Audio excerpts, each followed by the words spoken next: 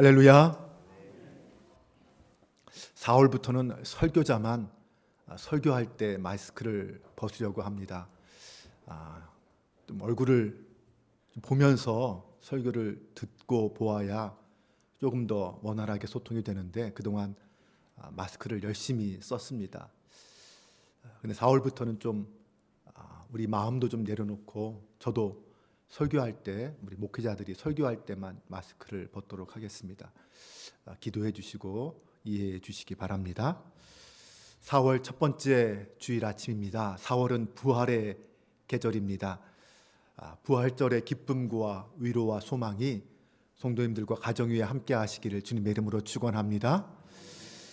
또한 4월 오늘 이번 주부터는 속회가 새롭게 시작됩니다. 지난 3개월 동안 일시적으로 쉬었던 속회가 다시 재개됩니다. 속회를 통해서 하나님 우리에게 주시는 위로와 은혜가 있습니다. 모든 속회가 함께 모이기에 힘쓰고 또 함께 영적 교제와 사랑을 나누기에 힘써 주시기를 바랍니다. 속회를 통해서 세상에서 누릴 수 없는 하나님의 은혜와 위로가 우리의 심령 위에 가득할 것이라고 믿습니다. 속장님들과 함께 아름다운 속회 만들어 가시기 바랍니다. 이스라엘의 첫 번째 대제사장은 모세의 형 레위지파 아론이었습니다. 처음 레위지파가 제사장이 된 유래는 시내산 아래에서의 금송아지 사건 때문이었습니다. 모세가 시내산에서 40일 동안 머물면서 하나님의 말씀을 듣고 율법을 받을 때에 시내산 아래에서는 모세를 기다리던 이스라엘 백성들이 40일이 지나도록 모세가 오지 않자 모세가 죽은 줄 알고 아론에게 우리를 위해서 우리를 인도할 신을 만들라라고 협박을 합니다. 그래서 금송아지를 만들게 됩니다. 그리고 그 금송아지를 향하여서 이것이 너희를 애굽에서 인도하여 낸 너희의 신이다 라고 하면서 그 앞에서 제단을 쌓고 먹고 마시며 뛰놀았습니다. 그것을 본 하나님께서 화가 나셔서 이스라엘 백성들을 진멸하시려고 합니다. 그러자 모세가 하나님께 간절히 간구하고 기도해서 하나님의 뜻을 돌이키게 하였습니다. 하지만 산에서 내려온 모세는 아론에게 당시의 상황에 대해서 설명을 듣고는 이 백성의 방자함에 화가 났습니다. 그래서 진문에 서서 누구든지 여호와의 편에 있는 자는 내게로 와라 이렇게 말합니다. 백성들 스스로 결단할 수 있는 선택을 할 수 있는 기회를 준 것입니다. 그때 이 레위 자손들만이 다 모여서 모세에게로 왔습니다. 그 말이 무슨 뜻입니까? 레위 지파만 하나님 편을 선택하고 나머지들은 다 하나님 편에 서지 않았다는 것입니다. 하나님은 그 자리에서 모세에게 레위 자손들을 통하여 하나님을 거부한 그 백성들을 죽이도록 합니다. 그날에 이스라엘 백성 3,000명가량이 목숨을 잃었습니다. 그때 하나님은 그 레위 지파의 헌신을 받아주시고 그들에게 복을 약속해 주셨습니다. 그 이후에 성막을 지은 다음에 하나님은 그 레위 지파로 하여금 성막을 지키고 관리하는 그런 직임을 주시고 아론과 그의 아들들은 기름을 부어 제사장으로 삼아 주셨습니다. 그로부터 아론의 후손들은 대를 이어서 제사장으로 임명되었고 성전에서 드리는 그 모든 제사를 감당하는 이스라엘의 영적 지도자로서의 역할을 감당하게 되었습니다. 그러므로 이스라엘에서 이 대제사장의 직임은 하나님의 부름에 의해서 하나님이 직접 임명하신 자리입니다. 대제사장의 역할은 하나님과 백성들 사이의 화해자의 역할입니다. 사람이 죄를 지을 경우 반드시 그 죄의 화가 그 사람에게 임합니다. 그때 제사장은 중보자가 되어서 제사를 지냄으로 백성들의 죄를 씻어주는 역할을 하는 것입니다. 나아가서 이 제사장은 죄로 인해 하나님과의 관계가 막힌 그런 사람들의 그 벽을 허물어주는 화목제의 역할을 감당했습니다. 하지만 제사장도 결국은 인간입니다. 그도 인간으로서 죄를 짓기 때문에 스스로 제사를 통하여 자신의 죄를 사해야 했습니다. 또한 이 제물을 대신하여 드리는 제사로는 인간의 죄를 잠시는 덮을 수 있어도 영원히 문제를 해결할 수는 없었습니다. 즉 인간 대제사장으로서는 한계가 있었다는 것입니다.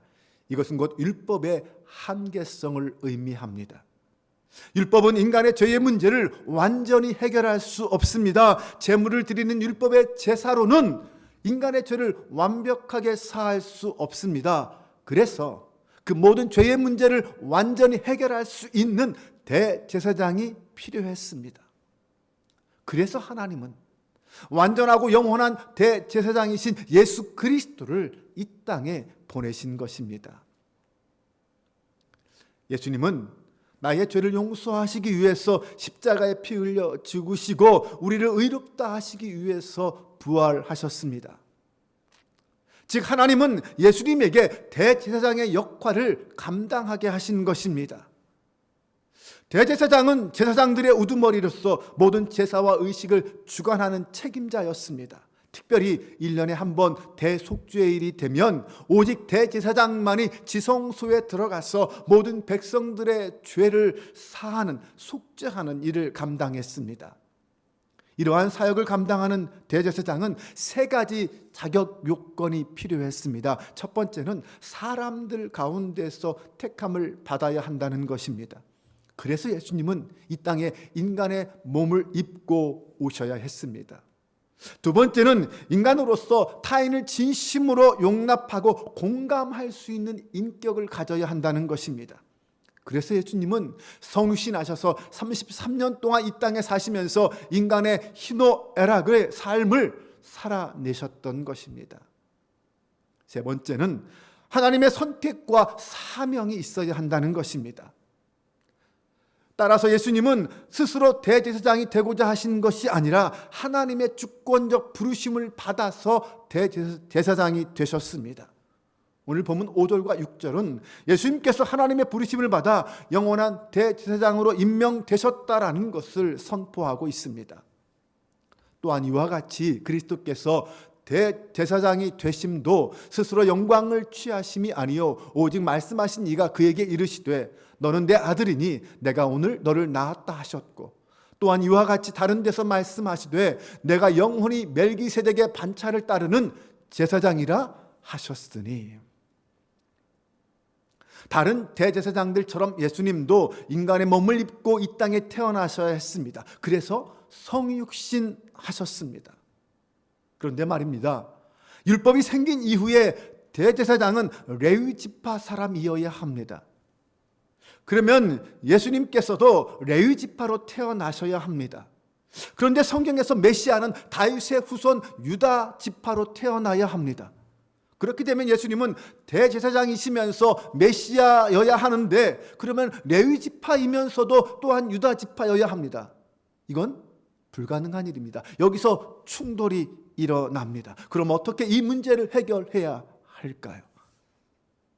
하나님은 그 문제의 그런 충돌을 피하시기 위해서 태초부터 멜기세덱의 반차라는 대안을 미리 만들어 놓으셨습니다. 이게 무슨 뜻입니까? 하나님이 천지를 창조하실 때 넷째 날에 해와 달과 별을 만드시고 징조와 계절과 날과 해를 이루게 하셨습니다. 그런데 거기서 계절로 번역된 이 모하딤이란 단어는 절기라는 뜻을 가지고 있습니다. 하나님은 태초부터 절기를 만드셨다는 것입니다. 그러므로 이 유월절 같은 절기가 천지 창조 이전에 이미 확정되었다는 의미입니다. 어떤 사건이 먼저 일어나고 그 후에 그 사건을 기념하는 절기가 만들어지는 것이 정상인데 오히려 절기가 먼저 정해지고 하나님이 정하신 때가 되었을 때 그 절기에 맞추어서 하나님이 원하시는 사건이 하나씩 발생되었다라는 것입니다. 그러므로 하나님은 예수님을 다윗의 자손으로 태어나게 하시되 대제사장의 사역을 감당함에 있어서 걸림돌이 없게 하시기 위해서 레위와 유다 지파가 생기기 훨씬 이전부터 멜기세덱이라는 하나님의 제사장의 반차를 마련해 놓으셨던 것입니다. 하나님은 그 옛날 다윗을 통해서 이 땅에 그리스도 메시아의 탄생을 예언하실 때 이미 그 모든 것을 다 말씀해 주셨습니다. 다윗은 시편 110편 4절에서 이렇게 말했습니다. 여호와는 맹세하고 변하지 아니하시느니라. 이르시기를 너는 멜기세덱의 서열을 따라 영원한 제사장이라 하셨도다. 예수님은 레위지파 아론 계열을 따르는 제사장이 아니십니다.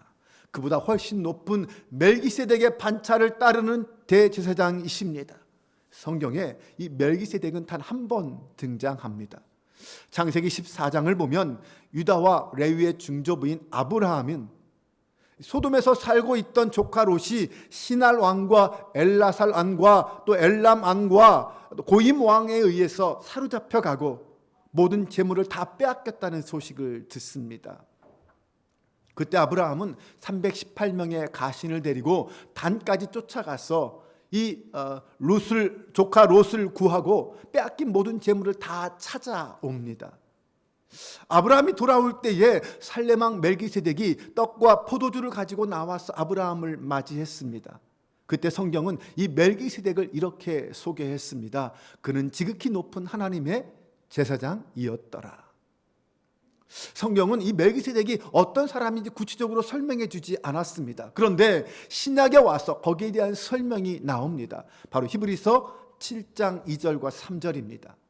그 이름을 해석하면 먼저는 의의 왕이요, 그 다음은 살렘 왕이니 곧 평강의 왕이요, 아버지도 없고 어머니도 없고 족보도 없고 시작한 날도 없고 생명의 끝도 없어 하나님의 아들과 닮아서 항상 제사장으로 있느니라. 이 멜기세덱은 아버지도 없고 어머니도 없고 족보도 없고 시작한 날도 없고 생명의 끝도 없는 존재라고 했습니다. 한마디로 말하면 어떤 특별한 존재라는 것입니다. 그런 그의 신적 특성이 하나님의 아들 그리스도와 닮았다라고 말합니다. 그런 멜기세덱에게 아브라함이 전쟁에서 얻은 소득의 10분의 1을 바쳤고 멜기세덱은 아브라함의 복을 빌어 주었습니다. 이것은 멜기세덱이 아브라함보다 더 높은 분이다라는 것을 증거합니다. 더욱이 히브리서에서는 아브라함이 멜기세덱을 섬긴 것처럼 이미 아브라함과 함께 그 당시에 태어나진 않았지만 아브라함의 허리에서 난 그 레위조차도 이미 아브라함과 함께 멜기세덱을 섬긴 것이 된다라고 설명합니다. 다시 말하면 율법이 주어지기 전에 하나님의 은혜가 먼저 준비되었었다라는 것입니다. 이것은 율법을 초월하여서 우리의 모든 죄의 문제를 해결해 주시고자 하시는 그 하나님의 강한 의지를 이야기합니다. 더 나아가서 예수님은 하나님의 아들로서 대제사장으로 임명받으셨습니다. 아론 계열의 대제사장들은 자신을 위한 속죄제를 드릴 수밖에 없는 연약한 인간이었습니다. 그러나 예수님은 하나님의 아들로서 죄 없으신 분이십니다. 그런 분이 자신을 도리어 완전한 제물로 하나님 앞에 드림으로 그 율법의 요구를 완전히 성취해 주셨습니다. 그리고 승천하셔서 지금도 대제사장으로 계십니다. 그러므로 예수님은 대제사장으로서의 그의 사역은 아론 계열과는 비교할 수 없는 온전함과 영원함을 가지고 있다는 것입니다. 대제사장은 자신의 연약함을 인정하며 타인을 진심으로 용납하고 공감하는 그런 인격을 갖춰야 한다고 했습니다. 그런 까닭에 예수님은 우리처럼 육신의 연약함과 취약함에 노출되셨습니다. 그래서 그분도 우리와 똑같이 그 모든 고난과 아픔을 다 경험하셔야 했습니다. 하나님의 아들이 성육신 하셨다는 것 그 자체가 이미 인간의 고난에 동참하셨다라는 의미였습니다. 세상에서는 존귀한 자격을 갖기 위해서는 많은 수고와 애씀이 있어야 합니다. 열심히 배워야 하고 훈련 받아야 하고 인내해야 하고 자기 헌신을 해야만 영광스러운 어떤 자리를 차지할 수 있습니다. 인간에게 그런 과정이 필요한 것은 우리가 그만큼 완벽하지 못한 부족한 존재이기 때문입니다. 하지만 예수님은 처음부터 하나님의 아들이셨습니다. 하나님의 아들이라면 굳이 그런 고난까지는 필요할 이유가 없습니다. 처음부터 영광의 자리를 차지하셔도 어느 누가 뭐라고 할 사람 하나도 없습니다. 그러나 예수님은 스스로 낮아지셨고 스스로 고통의 자리를 찾아가셨습니다. 이것이 예수님의 겸손이고 하나님의 구원 방법이십니다. 여기서 우리가 깨달을 수 있는 것은 무엇입니까? 예수님의 성육신과 고난과 죽음은 하나님께 버림받았기 때문에 이루어진 것이 아니라는 것입니다. 예수님의 고난은 우리의 연약함을 온전히 그리고 진심으로 품기 위한 고난의 선택이었습니다. 우리의 고난을 완성하기 위한, 우리의 구원을 완성하기 위한 고난이셨다는 것입니다. 히브리서의 성도들의 삶의 자리처럼 사실 오늘 우리의 삶의 자리도 만만하지 않습니다. 네, 인생의 파도에 시달리는 고난의 연속입니다. 그런데 그때 우리가 이 고난을 바라봄에 있어서 결코 잊지 말아야 할 것이 있습니다. 7절과 8절을 봅니다. 그는 육체에 계실 때에 자기를 죽음에서 능히 구원하실 이에게 심한 고통과 눈물로 간구와 소원을 올렸고 그의 경건하심으로 말미암아 들으심을 얻었느니라. 그가 아들이시면서도 받으신 고난으로 순종함을 배워서.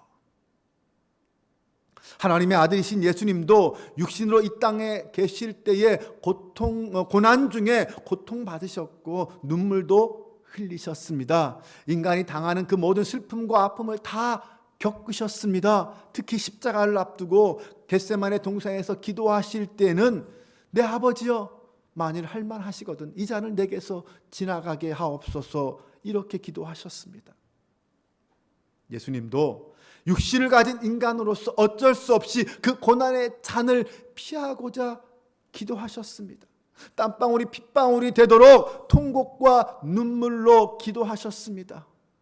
그러나 예수님의 기도는 고통을 피하게 해달라는 그런 기도로 끝나지 않으셨습니다. 단순히 죽음을 면하게 해달라는 그런 기도가 아니셨습니다. 그렇다면 그 예수님의 기도의 실체는 무엇이었습니까?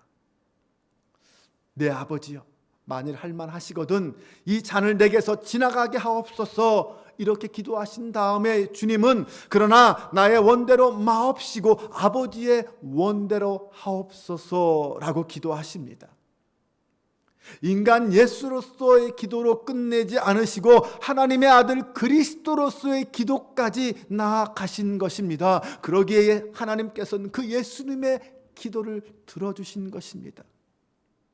히브리서는 이 사실을 7절 후반절에서 이렇게 말합니다. 그의 경건하심으로 말미암아 들으심을 얻었다. 들으심을 얻었다라는 것은 하나님이 기도를 들어주셨다라는 말씀입니다. 예수님은 하나님께서 합당하게 기도를 들으실 만하게 기도를 들으셨습니다. 그런 기도를 들으신 예수님의 모습을 그 경건하심으로라고 했습니다. 여기서 경건이라는 것은 어떤 종교적 두려움이나 경외함을 말합니다. 즉 예수님은 하나님 앞에서 두렵고 떨리는 마음으로 하나님 모시기에 합당한 태도와 마음으로 기도를 드리셨다는 것입니다.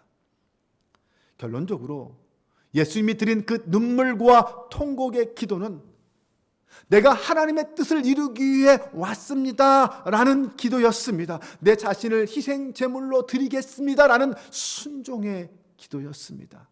그래서 그 마지막이 나의 원대로 마옵시고 아버지의 원대로 하옵소서라는 기도였던 것입니다. 예수님은 하나님의 아들로서 아버지의 뜻을 따르는 합당한 기도를 간구하셨습니다. 예수님의 경건은 한마디로 아들됨에 있습니다.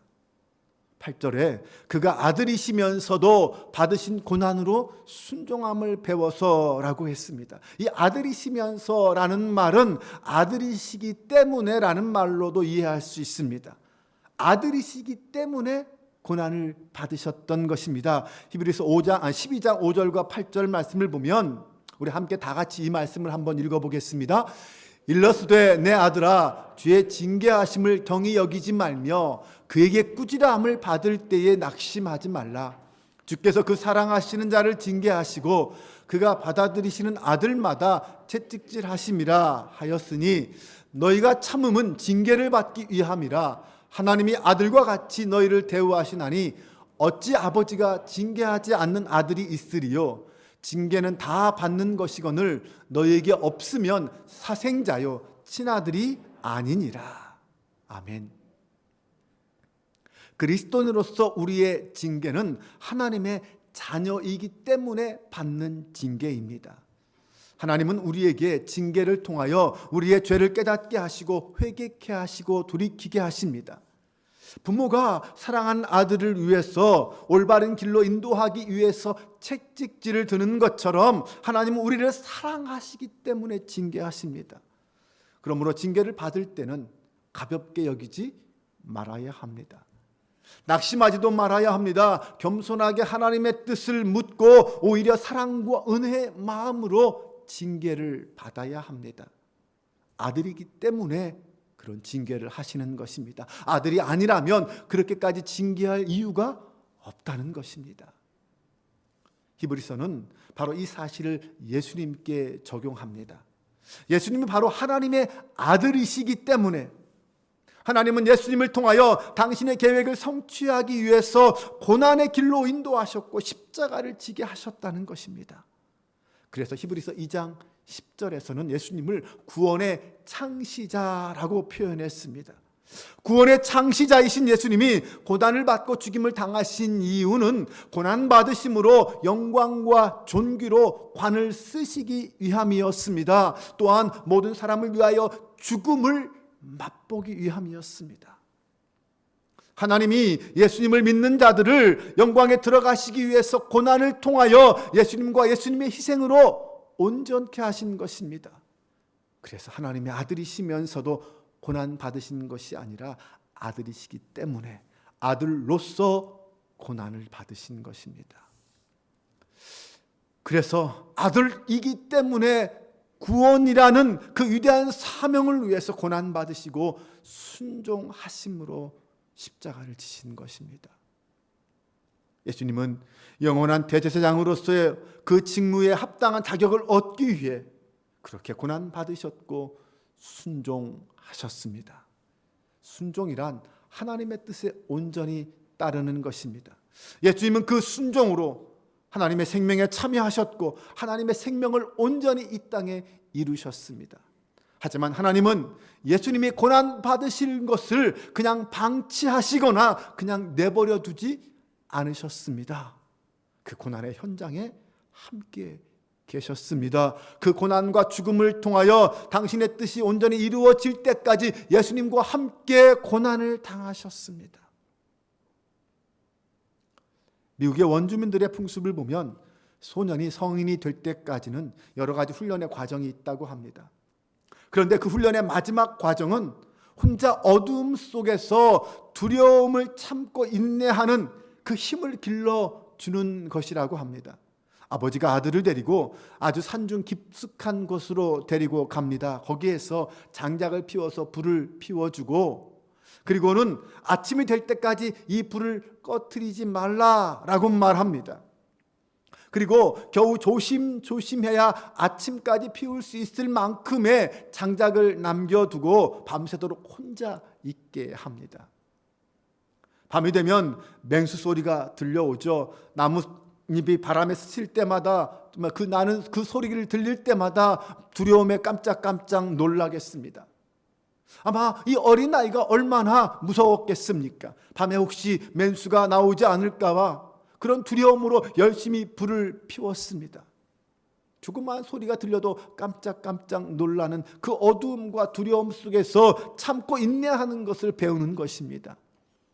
드디어 이제 아침이 밝아오기 시작합니다. 그런데 저 나무 뒤에서 이상한 소리가 납니다. 깜짝 놀라서 보니 어떤 한 어른이 거기에 서 있어요. 무슨 말입니까? 아버지는 밤새도록 그 나무 뒤에서 아들을 지켜본 것입니다. 그 아들만 혼자 무섭고 고통스럽게 있었던 것이 아니었습니다. 아버지도 똑같이, 아니 더 심하게 추위에 떨며 고통당하며 어두운 그곳에 함께 있었던 것입니다. 밤일 지새면서 아들이 성인이 되어가는 그 과정을 아버지는 지켜보았던 것입니다. 이것이 아버지의 마음입니다. 하나님 아버지는 지금도 고난의 자리에 우리와 함께하고 계심을 믿으시기 바랍니다. 우리가 고난당하고 우리가 고통을 당하고 눈물을 흘릴 때 우리를 외면하시는 하나님이 아니라 그 자리에 우리와 함께 아픔과 고난을 당하시고 계신 하나님이십니다. 그러므로 우리의 고난은 결코 무의미한 고난이 아닙니다. 그 고난에는 하나님의 뜻이 담겨져 있습니다. 길거리에서 물건을 파는 가난한 장사꾼의 아들이 있었습니다. 그 아들은 방직 공장에 다니면서 열심히 모아서 또한 틈틈이 공부해서 선교사가 되기 위해 의사가 먼저 되었습니다. 그가 바로 아프리카 선교의 아버지인 리빙스턴입니다. 리빙스턴이 이런 말을 했습니다. 어렸을 때의 가난과 고생이 아프리카 선교에 큰 도움이 되었습니다. 내가 죽어 만일 세상에 다시 태어난다면 역시 가난한 집에 다시 태어나 고생하며 자라고 싶습니다. 요즘은 이런 생각 가진 사람이 아마 거의 없을 것 같습니다. 그러나 성경은 말합니다. 시편 119편 67절에 고난당하기 전에 내가 그릇 행하였더니 이제는 주의 말씀을 지키나이다. 71절에 보면은 고난당한 것이 내게 유익이라 이로 말미암아 내가 주의 율례들을 배우게 되었나이다. 욥은 이런 말을 했습니다. 그러나 내가 가는 길을 그가 아시나니 그가 나를 단련하신 후에는 내가 순금같이 되어 나오리라. 우리 인생은 고난을 어떻게 지혜롭게 극복하고 그 고난 속에서 무엇을 배웠고 그 배운 것을 얼마나 잘 후손들에게 전수해 주느냐, 이것이 가장 중요합니다. 사랑하는 여러분들, 이 땅에서 고난을 통하여 예수님의 순종을 배우고 세상을 이기는 지혜를 배우는 저 여러분 되시기를 주님의 이름으로 축원합니다. 하나님의 아들이신 예수님도 고난 당하심으로 순종을 배우셨습니다. 그리하여 우리를 구원하는 영원한 구원의 근원이 되어 주셨습니다. 8절과 9절을 보면 그가 아들이시면서도 받으신 고난으로 순종함을 배워서 온전하게 되셨은즉 자기에게 순종하는 모든 자에게 영원한 구원의 근원이 되셨다. 이와 같이 우리의 고난은 누군가를 구원하기 위한 하나님의 위대한 섭리 속에 있습니다. 누군가를 더 품고 공감하기 위한 고난이고 하나님의 뜻을 이루기 위한 고통이라는 것입니다. 우리는 고난을 통하여 순종을 배웁니다. 그러므로 고난과 서름을 통해 도끼를 품는다면 그것은 예수님의 마음, 예수님의 뜻이 아닙니다. 그렇다면 우리와 똑같은 성정을 가지신 그 예수님께서 어떻게 그 연약함을 끝까지 품으며 고난을 받으실 수 있었을까요?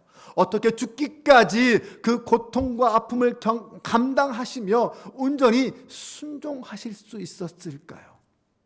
그 비결은 통곡과 눈물로 하나님께 올려드린 기도와 간구에 있습니다. 7절에서 기도를 올리다라고 할 때 이 올리다라는 말은 봉헌하다라는 뜻입니다. 하나님께 속죄제를 드린다라는 의미입니다. 예수님께서 통곡과 눈물로 하나님 앞에 올려드린 그 기도는 자신을 온전히 제물로 드리겠습니다라는 희생적 기도였습니다. 예수님도 이 땅에 계실 때에 그렇게 심한 통곡과 눈물로 기도하셨습니다. 그 기도의 힘으로 하나님이 원하시는 대제사장의 직임을 감당하실 수 있었습니다. 오늘 우리도 하나님 앞에 거룩한 나라요 왕같은 제사장으로 부름 받았습니다. 이 사명을 우리가 온전히 감당하기 위해서는 예수님 같은 기도가 필요합니다. 아들이기 때문에 희생하고 아들로서 올려드린 기도가 필요합니다. 오늘 여러분 예수님을 본받아 함께 기도하며 그 기도의 힘으로 고난을 감내해내고 순종함으로 하나님의 구원 사역에 기꺼이 동참하는 저 여러분 모두가 될 수 있기를 주님의 이름으로 축원합니다.